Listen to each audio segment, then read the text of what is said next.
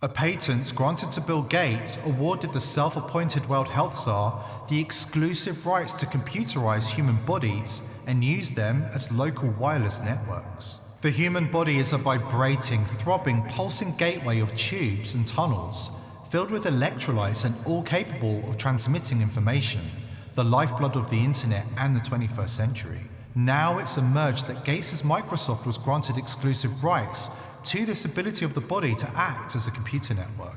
If this sounds too much like science fiction, then you're welcome to check this out for yourself. Microsoft was awarded US patent 6,754,472, which is titled Method and Apparatus for Transmitting Power and Data Using the Human Body, which really should be science fiction if you stop to think about it. Did anybody consult you about whether you are willing to hand over to Bill Gates the exclusive rights to your body? Civil liberties groups have expressed outrage over Gates' move to patent the human body. Body parts, in this case skin, should not in any way be patentable, said Jim Thomas of the ETC group, which monitors developments in technology. There are big questions here about whether individuals will be able to refuse this technology if it is used in, for example, tracking devices. Klaus Schwab's right-hand man, Yuval Noah Harari, says there's no question that individuals will have no say whatsoever about refusing this technology. According to Harari, the designer of life will no longer be God. The WEF are going to be the designers of the future of life. Within, say, 200 years, to give a conservative estimate, there won't be Homo sapiens on planet Earth. 200 years? 200 years, and I think this is a conservative estimate. Wow. Maybe even 100 years. It's not that we'll destroy ourselves in some calamity.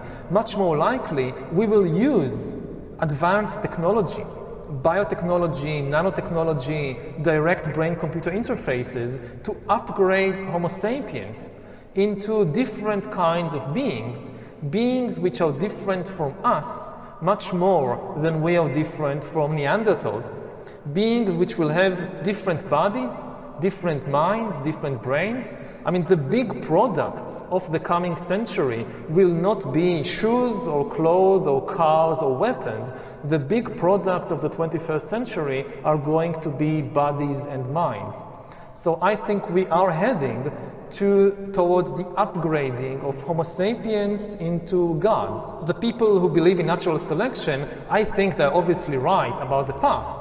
But the people who believe in intelligent design, they are right about the future. The future of life belongs to intelligent design, but the designers, the intelligent designers, will not be some gods above the clouds. We are going to be the intelligent designers of the future of life in the universe.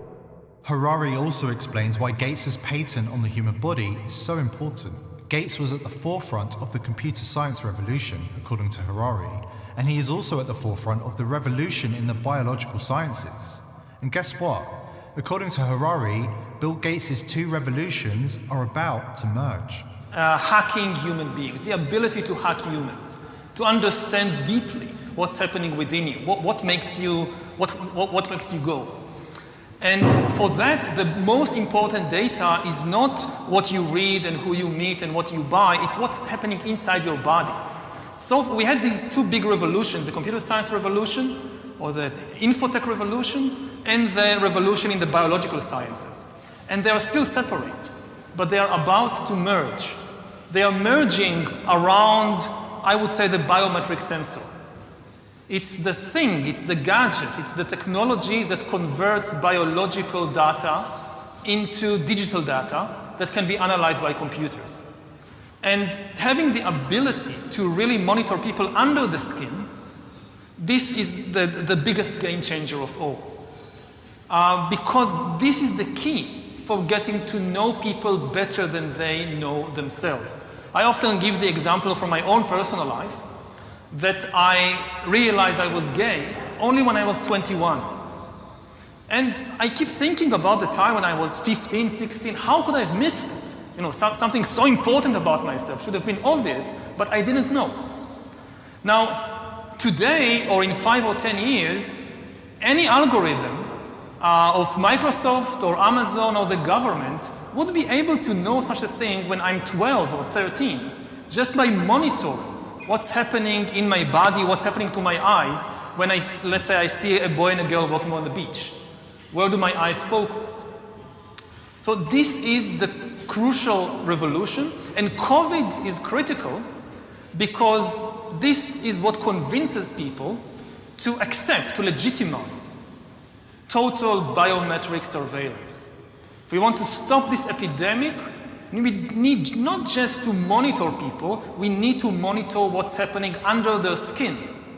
While Harari is dropping some hints, Gates is remaining coy about what they plan to do to the human body, and more to the point, whose human bodies they plan to computerize. The big question is whether Gates is planning to allow his human subjects a choice in the matter.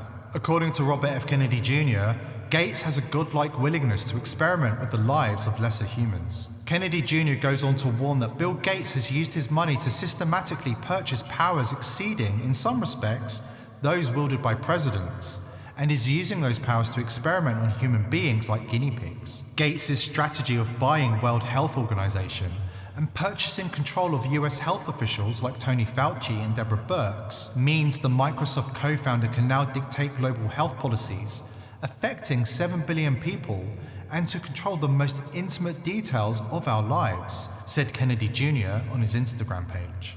Under his direction, the World Health Organization is conducting global social and medical experimentation, applying Gates' religious faith that he can use technology, vaccines and GMO agriculture, and his deep understanding of computers to make him the savior of all humanity.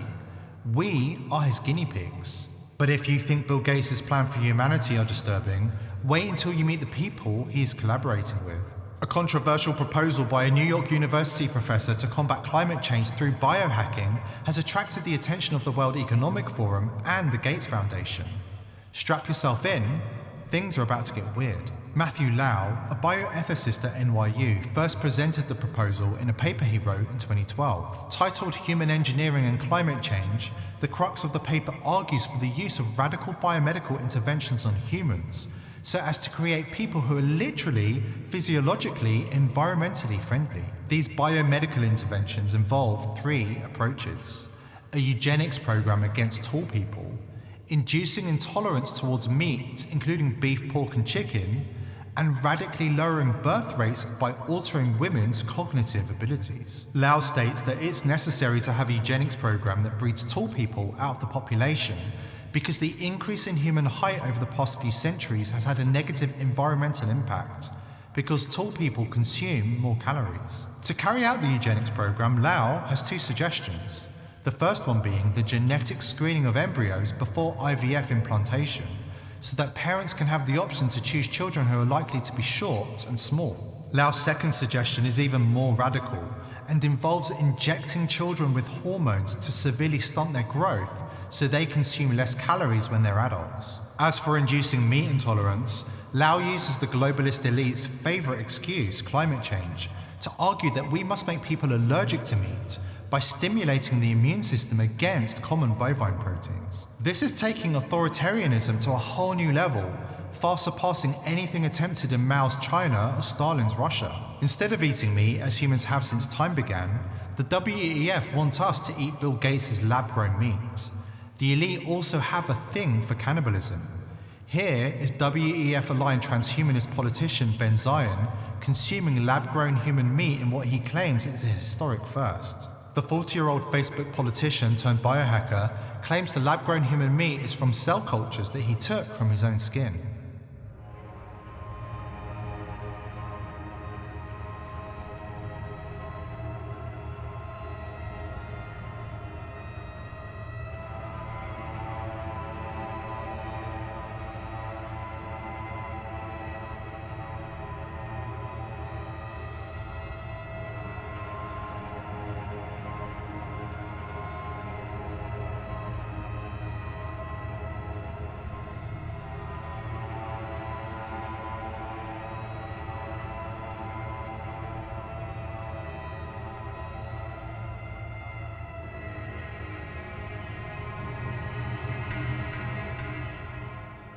Doesn't exactly look tasty. Why do they want us to eat crickets, bugs, and lab-grown human meat? The answer lies in how badly the elite want to humiliate and degrade us. But Lau's suggestions don't stop there. getting onto the elite's favourite topic, depopulation, and Lau suggests that to lower birth rates even further, the WEF should pump women full of smart drugs to enhance their cognitive abilities. He arrives at this conclusion by arguing that the more educated women become, the less children they have. Women with low cognitive ability are more likely to have children before age 18, says Lau. Hence, another possible human engineering solution is to use cognitive enhancements, such as Ritalin and modafinil, to achieve lower birth rates. When Lau published his paper almost a decade ago, it caused controversy and was for the most part dismissed as eco-extremism, even by climate change activists. But fast forward to the present day, and the extreme bioengineering proposals of the paper are being seriously discussed at the World Economic Forum. Last year, in December, in preparation for this year's Davos Summit, the World Economic Forum unveiled its bioengineering framework in a presentation called 3 Scenarios for How Bioengineering Could Change Our World in 10 Years. Edible vaccines grown in plants and CRISPR gene editing technology were some of the highlights of the framework. The presentation was based off a World Economic Forum sponsored academic paper called Bioengineering Horizon Scan 2020. For this year's Davos Summit, Lau's human bioengineering paper was added to the Bioengineering Horizon Scan 2020 paper for both the World Economic Forum's bioengineering framework and climate change framework. As radical as Matthew Lau's human bioengineering suggestions might seem, their consideration and deliberation by the World Economic Forum should come as no surprise. Bill Gates is a fan of experimenting on the human body, whether his human subjects have given their consent or otherwise. And Klaus Schwab considers bioengineering a key component of his 4th industrial revolution. Do not underestimate these people. They are mad, drunk on power, and they do not have our best interests at heart.